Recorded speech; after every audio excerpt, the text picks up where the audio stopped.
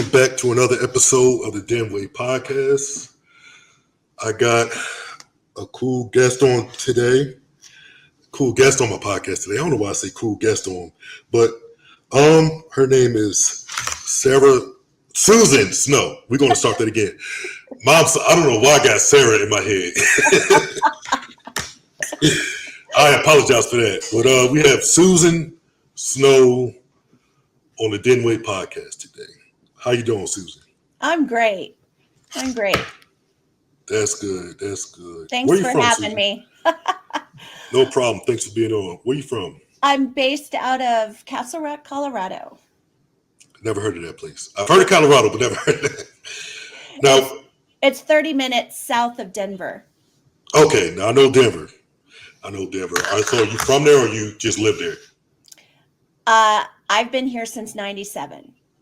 97, wow. Mm-hmm. Been there a long time. I have.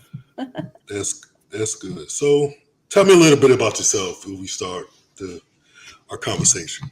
Okay. Something a little light. A little light? Okay. Well, like I said, I live in Colorado. I am a practicing realtor right now, and I am also a resiliency coach. Okay. And a published author and a speaker. Cool. Mm-hmm. I kind of do a lot of things. I have 3 grown children, and I've been with my husband for 39 years. Wow. See, I am 39 years old, so. Oh, thanks a lot. I am 39 years old. So. We're starting off on a great note. That's always good. So being a resilience coach, how did you get into being a resilience coach? Well, actually, I saw a need. So in writing my book is about a trauma that I went through, and we can talk about that if you want, at 17 years old. And in all of the mental health work that I've done for myself throughout the years, what I realized was that in writing my book, my purpose was to help others out there. So utilizing my own story and my own message and helping others out there that are on this journey of healing through PTSD and trauma or loss or both. So that's where coaching has always come up in my life, whether it was through real estate. I was a hairdresser for many years, so we're called armchair therapists. It's always been in my world in some way. But now I'm being more purposeful with it and trying to help people find resiliency, find the other side of the pain and the emotional roller coaster that is, working through trauma. I understand and I get that. That's why I enjoy having people like you come on my podcast, because I see, some of my friends and people that whether I'm close to them or not, go through things in life and they just become stuck. Like they don't know how to actually get past. And sometimes I have to say it, and I'm like, do they even want to? I try to be sensitive, but I know me, like I have to sit through so many things, but at the while I'm like, all right, I got to get past this. And sometimes, I don't know, it's like I try to be mindful of people, but that's why I like to have people like you come on my show and talk about certain things, so I can say, hey, you should listen to my podcast. This may help you. Well, I can tell you what my trauma was, so that people get a good feel of there is hope. There is hope to get on the other side of it. So my dad was a Los Angeles police detective. He was testifying against a man that he had was on trial. Um, Hmm.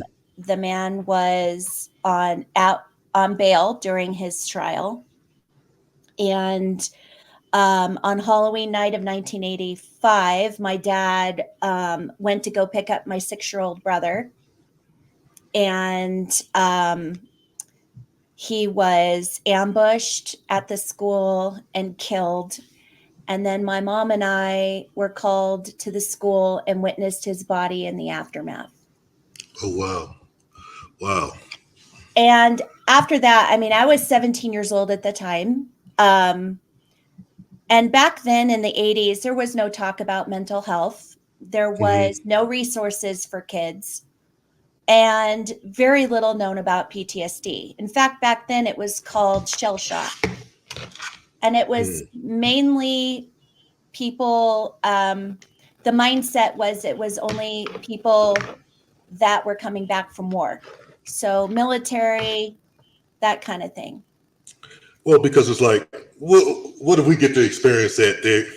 They get they experience so much, like with the military coming back from wars. Like people always want to say my trauma is worse than your trauma and things like that. Like I don't get that and I don't understand that. So, but No, yeah. it is. It's not. It's not fair because everybody's Hmm. experience is different, and Hmm. so, um, but for myself personally, my brother and I were 10 years apart. He had a different experience than I did, obviously.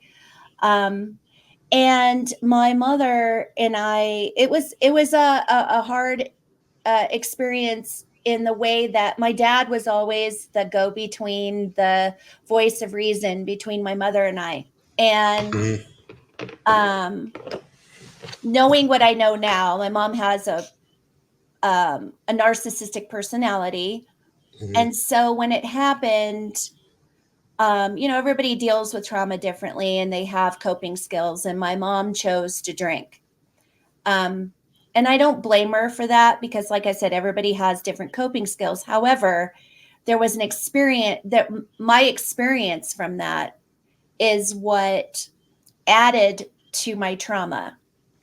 Um, and so, because she kind of turtled into herself and was like, dealing with my brother, all the focus was on them, obviously. I mean, he watched his dad get killed. My dad saved his life. Like, it was a Hmm. big deal.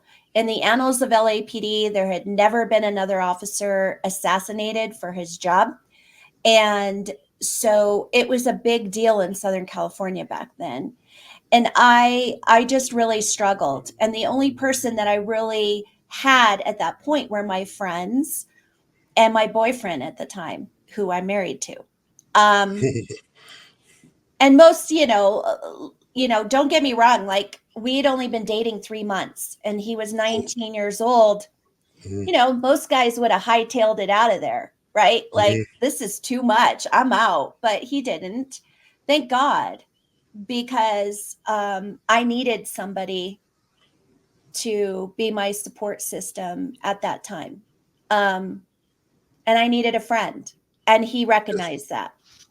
But like I said, there was no talk about mental health. So all of the things that were coming at me, um, that come with PTSD, I didn't understand.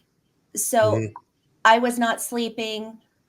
I walked around in a fog. And if anybody, your listeners have been through trauma, this is this is normal, right? Like, Hmm. not being able to sleep, walking around in a fog, you're in shock, right? I had anxiety through the roof. My dad was always my security blanket. He Hmm. was always my security. And so he was gone, and that was gone. Um, and they didn't find him for 6 days. And so we had police presence in our front yard and our backyard every day for 6 days. I Oh, had, so the kept the active shooter. yeah, yeah, this Okay. this Mm. was a planned out murder of my dad, like planned Yeah. out for months. Um, so there was multiple defendants in his Hmm. murder plot. Um, but they didn't find him for 6 days. And so, I went from having a normal teenage life to this, like having bodyguards and having, police presence everywhere and strangers in my house for 6 days that I had no idea. And I had to literally hide in my Mm, room. And so I was not able to grieve privately. It was always public, it was always out there. Um, and it was hard. And as a teenager, I was a child. I didn't yeah. understand everything that was going on, and there wasn't any adults around me helping me to navigate all of these things. So we were put in therapy. LAPD paid for a therapist for all three of us, and I had no idea what therapy was about. In fact, in my mind, if you went to therapy, you were nuts. Like you were crazy. There was something Yep. majorly wrong with you, you know. But because at the time and my mindset at the time, if you pushed me in a direction, I went. So when Mm, my mom said, we're going to therapy per LAPD, I was like, oh, okay, I guess we're going to therapy. Um, and in hindsight, the gentleman that saw me, the therapist, at the time, I don't think that he was qualified mm, to handle the amount of trauma. Um, I think that he wasn't, I talk about trauma competent, not informed, competent. And I don't think that he had that, right? So in the entire year that I saw this man, and every week I saw him, I was like, today's the day. He's going to help me. He's going to make me feel better, you know? And then I'd have the session, and all he would talk about is my mom, my relationship with my mom, my brother, my boyfriend, in school. And that was it. wow. And for an entire year, I saw him. And at the end of the year, he looked at me and said, you're a well rounded young lady. I don't need to see you anymore, and you're going to be fine for the rest of your life. And I was just like, what? Wait, I have anxiety, which I didn't know what it was. I'm like, I want to, Mm, I just, I can't, I can't. And I was not old enough, or I didn't know how to verbalize all the things mm, that were going on with me. And I was not feeling comfortable with him. I just didn't have that connection with him that would give me that safe space. So I was afraid to tell him what was going on, because I was like, they're going to lock me up. They're going to put me, you know what I mean? They're like going to put mm, me away. And so even after having that experience, I felt like my mindset went to, okay, you've snapped, you're crazy. There's nothing a professional can do for you. And you're going to have to deal with this, all these things that were going on with me mentally, by yourself. And, and it was a moment in my life where I felt hopeless. And I mm, thought, okay, this is just who I am. And so what I decided to do at that point is, when people said to me, "Oh, you're so brave, you're so strong, you're so," I wore that. That was my emotional mask. mm. So anytime I got, and I hate this word, triggered or anything like that, that was the mask I put on. I didn't let anyone see what was real, all the turmoil that was going on inside of my head I get that. and my body. And it was easier for me to just, put that persona out, put that mask on, and not let anybody see what's really going on with me. Um, and I was really good at it. And I lived in fight or flight for about 14 years. Um, so So yeah. So when did you? I get that living in that fight or flight for a long time. I remember when I first started getting anxiety and things like that, and um, you put the mask on. I'm in a wheelchair, so a lot of people say those same things to me, and I'm like, I don't even. Sometimes I'm like, I don't even know what that means. Like you're brave and things like that. Like I look up to you. Like I'm just living my life like everybody else. Like I don't get special brownie points because I'm in a wheelchair and I still live my life. So it's just like sometimes I let people say what they're going to say, but it's just like I don't know what that means, but I definitely understand like all of that. So when did you start to like really seek help and like actually receive and get somebody that works out for you with Oh, therapy? yeah. So 14 years later, Mm-hmm, now I'm married to that mm-hmm, boyfriend, and I have two kids. And we moved here in 97 in Colorado. Um, and 2 years into living here, I was working as a hairdresser mm-hmm, in a salon in Greenwood Village, which is close to Littleton. And I was working on April 20th of 1999.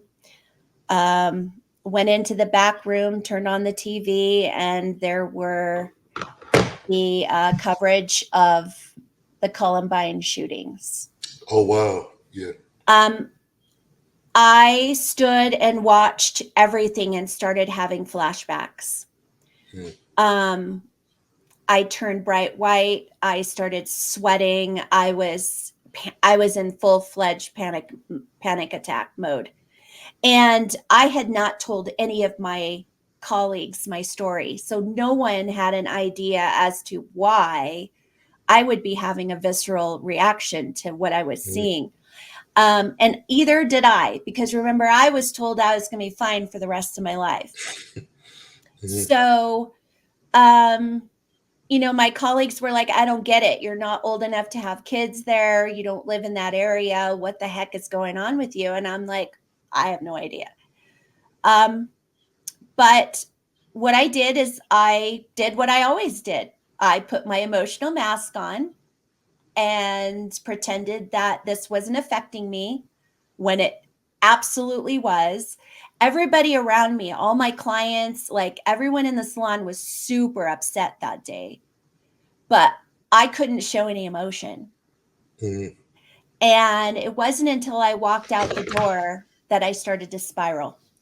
And I had all of the things that I was dealing with when I was younger flooding back. Um, and I just, I had the suicidal ideation. I had a literal mental fight because I didn't want to feel like this anymore, but at the same time I didn't want to leave my children. mm-hmm. Um and it was 2 days of this, like trying to hide it from my husband. That was a joke. He met me at the door one day and he said, you have two choices. You either go get help today or I'm putting you in a hospital. And I was scared enough where I was like, you're right. I need to seek help. So I went to a doctor, I went to a regular physician, and he put me on Mm-hmm. antidepressants because that's what they do. Yeah. And then he handed me a business card and he said, I want you to make an appointment with this therapist.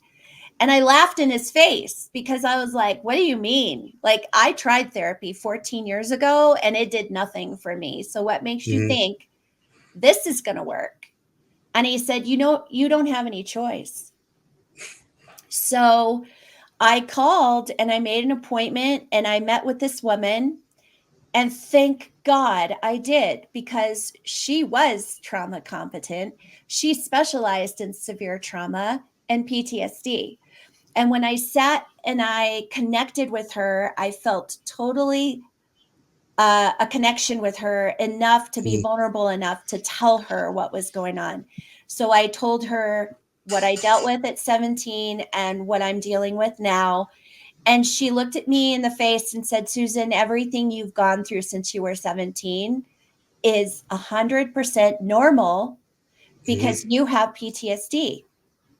And I was like, what do you mean I have PTSD? Like what? I didn't go to war. I wasn't in the Yeah. military. I'm not a first responder. Like what? And she said, nope. She said, anyone who goes through any kind of traumatic experience can experience PTSD. But what you need to know is that PTSD is not something that goes away. It's something you learn to manage. Mm-hmm. And I, for the first time in my life, was like, oh my God, I'm not crazy. Mm-hmm. And I have hope. And this woman is my person that's going to help me and guide me through my healing journey. So there is hope that one day I could actually feel better about everything and not have this weighing on me all the time and just waiting for the shoe to drop. Right. So it was, I always describe it. It was like the sky opened up and rainbows shot out because I had answers. And it's always important to have. Well, I guess back when therapy wasn't that of like advanced, I guess, but now it just. I'm sorry, I just forgot what I was gonna say. So I Okay. guess my brain goes sometimes. Being when you first started, obviously, even being them putting you with a man was probably not a good thing from the jump because he's probably not going to understand a lot of what you went through. But now you have specialized therapists that do um, different types, so she's maybe to understand you a little bit better. Even if Yeah. it was a man, he's probably understand what you were going through in diagnosis. So that was a He good just, thing about. yeah, he just, I think he was almost afraid to ask that question. Like, Mhm. he was almost afraid to say, how did that night affect you? Because it would start to unravel things that maybe he wasn't prepared to address. And I was so young too. So Mhm.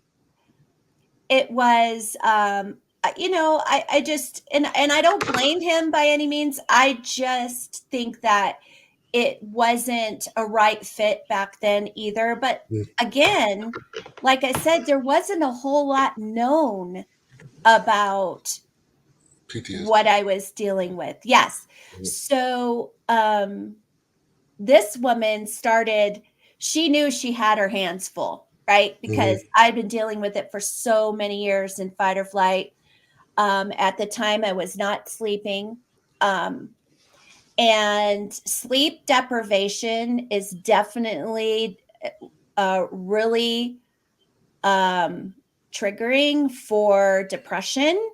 Mhm. And so I was really in a bad spot. So, but she knew she didn't want to like throw everything at me all at once. So it was just going to be, we were going to address each symptom that I was dealing with. So initially it was the sleep deprivation.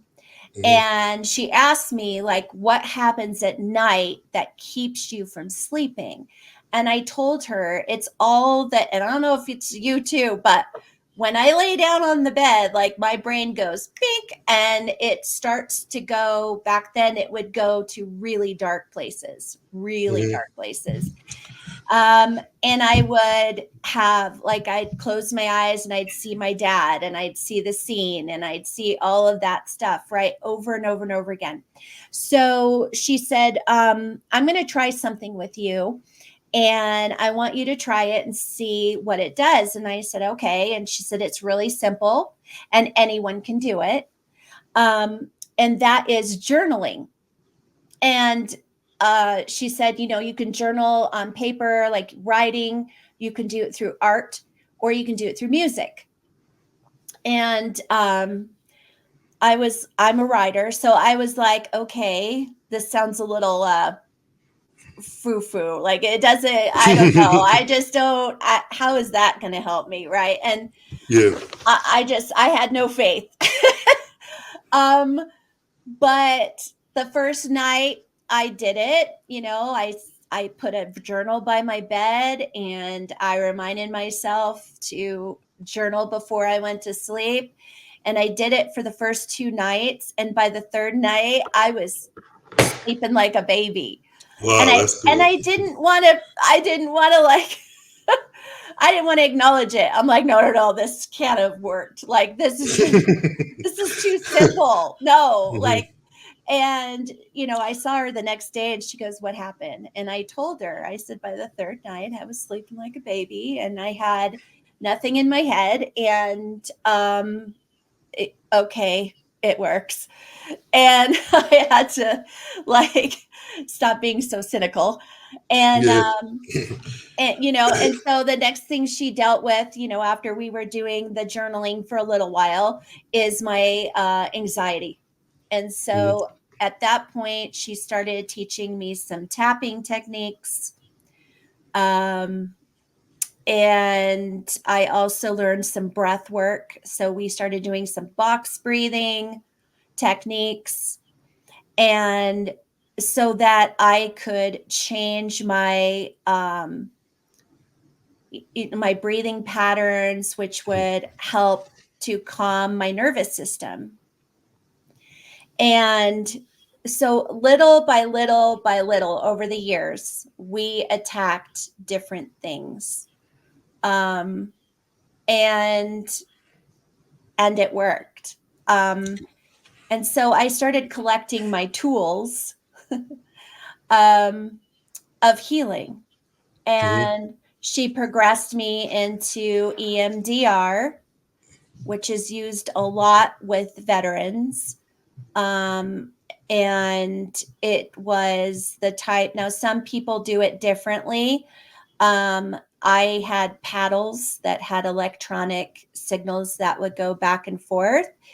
And it's not an easy, like, I'm not going to candy coat it. It's not an easy therapy because it takes you back to that space. However, if you're with someone that you feel comfortable with, you'll know you're in a safe space and they're not going to, they're not going to send you somewhere and then leave you there. Right. So it's just been this ongoing thing. The book didn't come about until I was strong enough mentally and I had my tools in my tool belt that I knew I would have to dive and relive and feel all of the emotions that I had felt in order to take my reader on the journey. And it took me 4.5 years to write my book. Wow. Because I had to dive and relive, I had repressed memories come up. And there was a lot of fear based in my book too, like in writing my book. I had a fear of the book destroying what was left of my mom and I's relationship. I thought either this was going to end it or it was going to open a conversation for the first time ever. Right. And that didn't happen. Nope. She ended our relationship. And I thought maybe it might help hurt my marriage to my husband because I talked about some things with him as well. And obviously the biggest thing was there was the fear of putting myself out there because some of these men were still in the prison system. But, going back to the fear, what I needed to do at that point and what I did was I found the purpose. What was the reason why I was writing the book? It wasn't just about being cathartic for myself. It was those people walking out there. Same reason you do a podcast. It was these people that needed to hear my message of hope and healing and knowing that they're not alone. And so that's what I did. I put my purpose in front of me, those faceless people out there that needed to hear. And that's what drove me forward. That's what drove me through the fear of, all the fears that I had. And it allowed me to continue and keep going and write the book and finish the book and publish the book. Now, how has that helped you? in your mental space to get the book. I know, going to therapy and stuff like that, but like writing a book, getting it published and all that, getting your story out. How has that helped you? I know you said that you and your mom don't have a relationship. What was the process in that saying, okay, were you hoping that she would want to reconcile, or it was just like whatever happens, happen? Like, how was your mindset with that? That was exactly it. I had Mm-hmm. to be open. Mm-hmm. Even with everybody, reading the book, I had to be okay with the fact that some people might not like what I have to say, and that's okay. Some people, might be mad about it because I told a truth. And like my mom she was mad because in telling my truth and being authentic, I had to tell hers. Mm-hmm. And she doesn't acknowledge hers. So she looked at it as I was attacking her in my book, which I never vilified her at all, at all. Mm-hmm.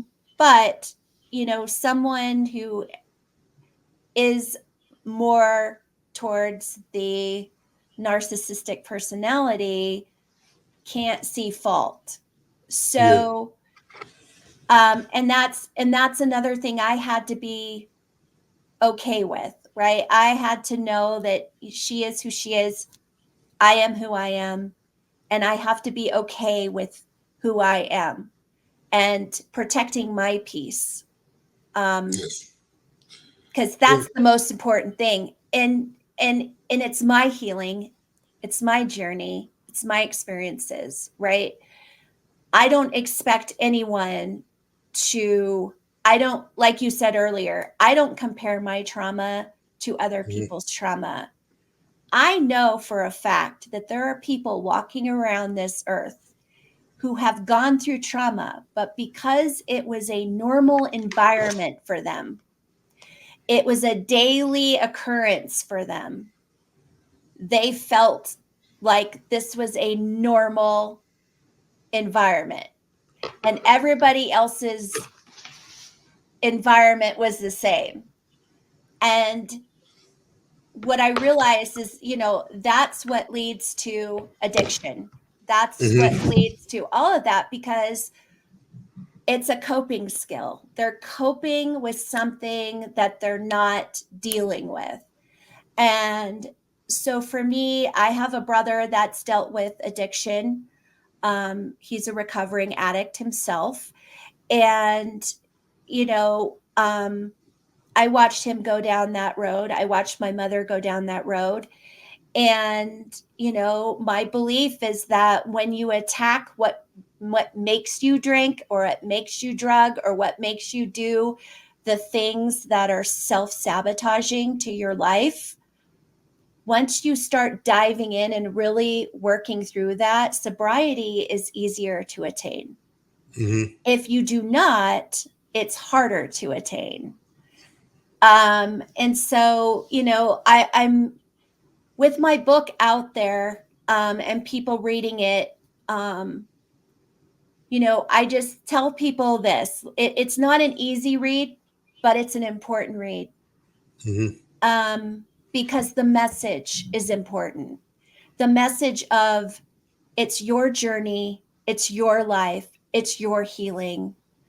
And you need to align yourself with people you feel safe and that you can be vulnerable with, because vulnerability is the one key to truly healing. Yeah. Speaking of vulnerability and surrounding yourself with people, I'm a big community guy. Um, I love people, and I love my people. So I have a group of people that I hang out with, and some talk about things and things like that. How was that community/tribe? Like, do you have that in your life? Oh gosh, yeah. Mm-hmm. It's really funny because I talk about this in my book. Mm-hmm. Finding Your Tribe is one of my chapters. The reason I talk about it is because I feel like the universe set me into motion years ago, in becoming a realtor. And I know this sounds like really crazy because I aligned myself with Keller Williams Realty. And the reason I did is because um, their whole it's all about mindset. God, family, and Hmm. business. That's our motto, right? I learned more about my mindset in trainings through Keller Williams than I did anywhere else. Um, Hmm. and because of that, you're surrounded with people who are always working to be better people. It's not we're working to be better realtors so much as we're trying to be better humans for our Hmm. families, for our clients, for everyone around us. And so um, when I found that, when I was surrounded in that type of training with mindset and looking at things differently, um, it was it was life changing, and so I was grateful. I was grateful that I aligned myself with. I talk about my first coach. I had a breakthrough coach, and she was incredible and really made me look at things in patterns, watching the patterns of my life and really trying to change the direction. Um, and so it's all aligned, whether you have a coach, whether you have a therapist and a coach, whether, whatever it is that you need in your journey, it's really important to align yourself with people who are of the same mindset. That's good. I like that. You say you have how many kids you have? I have three. 3 kids. Okay. So how was you know what is your relationship? I don't want to overstep, but like Oh, before no. healing and things like that, how was your relationship? Um, Even with your husband and things like that, how did that affect you? Oh, Um, gosh. in that Well, relationship. yeah, I will tell you, growing up with my mother taught me what I realized was that I came from generational abuse, Hmm. okay, on my mother's side. Um, and when I became pregnant with our first child, my mindset was I was not going to be the mother that I had. My kids deserved better, and I Hmm. was going to make it so. So we chose to take a child psychology class while I was pregnant. And I vividly remember the woman who was teaching this course that she said, whatever you've gone through when you were a child stays in this room and does not go out those doors. Wow. Hmm. And it was powerful. It was a powerful thing because once I walked out of those doors after we finished the course, I realized that it was my responsibility, my choices that were going to shape the life of my children. Hmm. And um, so I am very proud of the relationships I have with my kids. Um, I am very close with my children. And I am it hasn't been easy.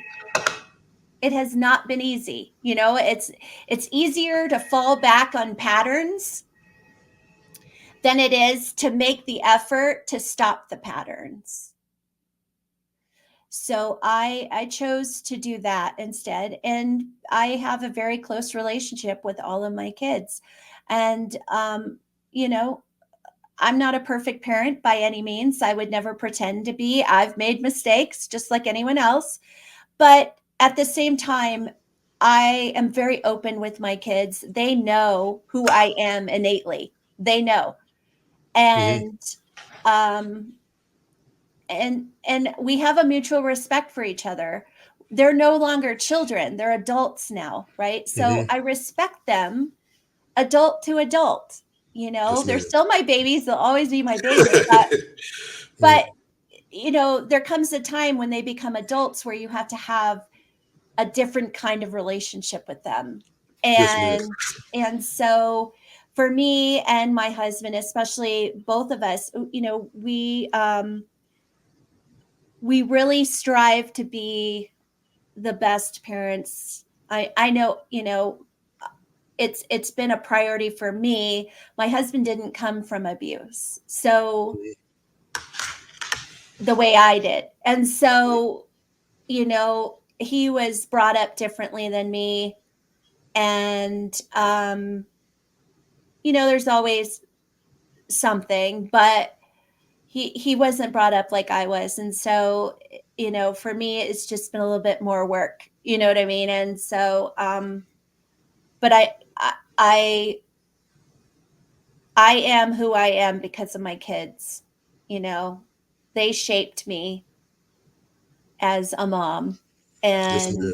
and I learn from them every single day. Still, I Mm-hmm. continue to learn from them. Um, they're so my kids are just beyond their years. They really are. They're just amazing human beings. And my husband and I are really, really proud of the young adults that they are. And my middle son got married last year, and it was Oh, such a joyous occasion.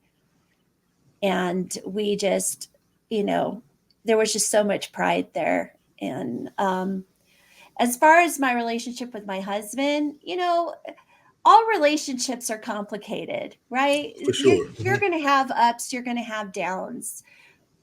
What I can say is that I have a man who understands that, he too went through trauma. I mean, he's gone through everything with me. He may not have seen what I saw, but he was there that night. He Mm-hmm. was there through everything, through the trials, through everything that happened in our family. He's been there, and he has dealt with all of the other things. And there was at one point, there was a time where they were surveilling us, and he was at our house. And the plan was, to take us all out at one point. And so he could have been a part of that. And that's traumatic, that's scary. That's so, he's working through that himself right now. But, we both understand that this isn't just my journey, it's been our journey. Yes. It's been our journey. And, we have spent so much time with me healing, and now it's his turn. And I'm really grateful that he has chosen to continue on this journey, as hard as it's been and as much as we've been through together. We've been through more things than a lot of couples have. And, every day it's just, we learn about each other even more. I mean, even 39 years later, we're still learning. We're still learning. We're still evolving. We're still, trying to better ourselves and better us. Yes, ma'am. So, and that's important, and especially with someone who is dealing with, PTSD and all of that, it's important, um, that for your own healing, that you're not settling, you know what I mean? You just making sure that if you're with someone, that they're willing to go with you on this journey, that they're willing to evolve as well, I should say. That's important. That's important. Hmm. um, I'm going to wind down a little bit, but I absolutely thank you. I've enjoyed this conversation and your story. Um, Two things. Where can we find your book? For anybody that wants to find and read it, where can we look for the book? So my book is on Amazon. It's called The Other Side of the Gun: My Journey from Trauma to Resiliency. Mhm.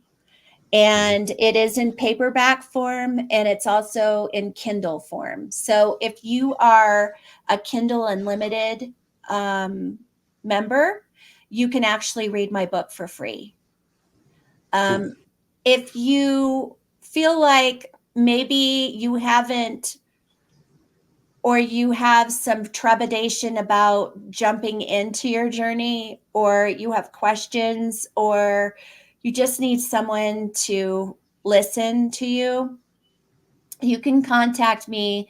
I'm on Instagram, and it's Susan_Snow1 is my handle. I'm also on TikTok. And I also have a website, and it's susansnowspeaks.com. It has information on the book on there, as well as some of my speaking. And you can reach out to me through email if you just need someone to listen to you, or you have questions, or whatever it is that you need. So I'm out Yes, here. ma'am. Yes, ma'am. So one last thing. I mean, we talked about a lot of things. How what is your like overall thing? Like what do you want the listeners to take away from this conversation? Well, that's a big one. So first of all, you're not alone. You're not alone. There are people out there. You just have to find your person, whether that's a therapist or whatever. And you'll know in the first 3 minutes. I hear stories of people going, I went 5 times and I just can't connect with them. And well, and I'm like, no, interview your therapist, interview them. Make sure that whatever you're trying to work through, whatever trauma you've worked through, because there's no one size fits all. So you want to make sure, like I said before, you want to make sure that therapist is trauma competent, because there's different kinds of trauma, right? Um, and you want to make sure that they understand your specific issues, and they can guide you with whatever modalities are going to help you heal. Um, you need to make you the priority. Mm-hmm. And your healing is your healing. And so I will say that until I will die on that mountain. Like I will literally die on that mountain, because I think it's the most important thing for people to understand, that it is your healing and no one else's healing. It's yours, and it's your life. And when you heal from within, it's a ripple effect. Your kids will see it. Your partner will see it. Like your family will see it, right? But you need to be the priority. I like that a lot. And once again, I thank you for being on the show. And Thank you for having me. yes, ma'am. I don't want to take up too much of your time today. It's all good. Well, you have a It's good all one. good.